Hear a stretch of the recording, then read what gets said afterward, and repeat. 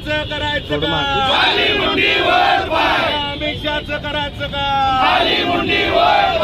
नेमकं बत्ता कडवा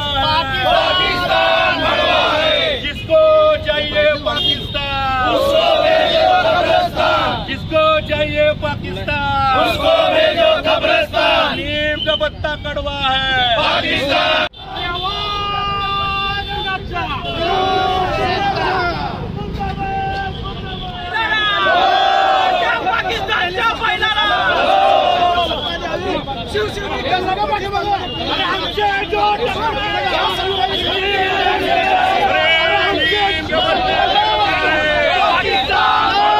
काल दुपारी पहलगाम काश्मीर येथे 27 हिंदूची क्रूर हत्या झाली। मी हिंदूची काय म्हणतो की पाकिस्तान मुस्लिम अतिरेक्यांनी त्यांना त्यांचा धर्म विचारला, त्यांची जात विचारली नाही आणि हिंदू असल्यामुळं त्याला गोळ्या घातल्या गेल्या। आमच्या काश्मीरमध्ये आम्ही फिरायला गेलो तर पाकिस्तानचे अतिरेकी येऊन गोळ्या घालतात, हे सरकारचं फार मोठं अपयश आहे।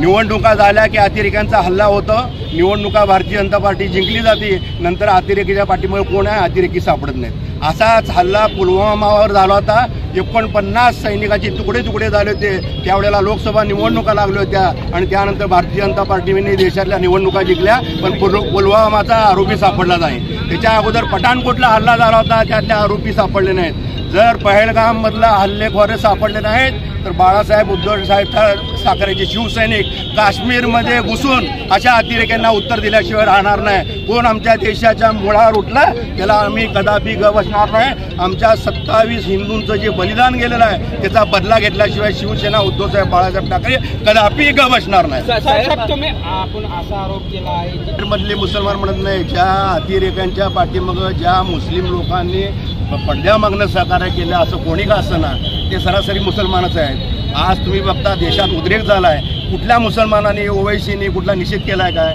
काही केलं नाही। त्यांना हिंदूंना मारल्यावर बरं वाटतंय काय?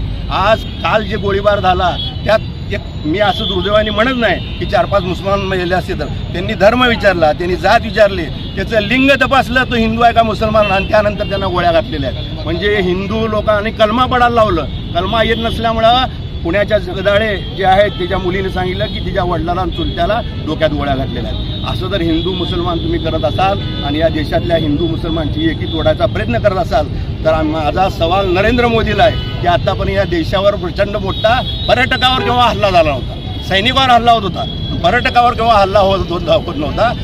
तुम्हाला जमत असलं तुम्ही द्या, नाहीतर शिवसेनेच्या हाती सत्ता या, पाकिस्तानमध्ये घुसून त्यांना नीट केल्याशिवाय राहणार।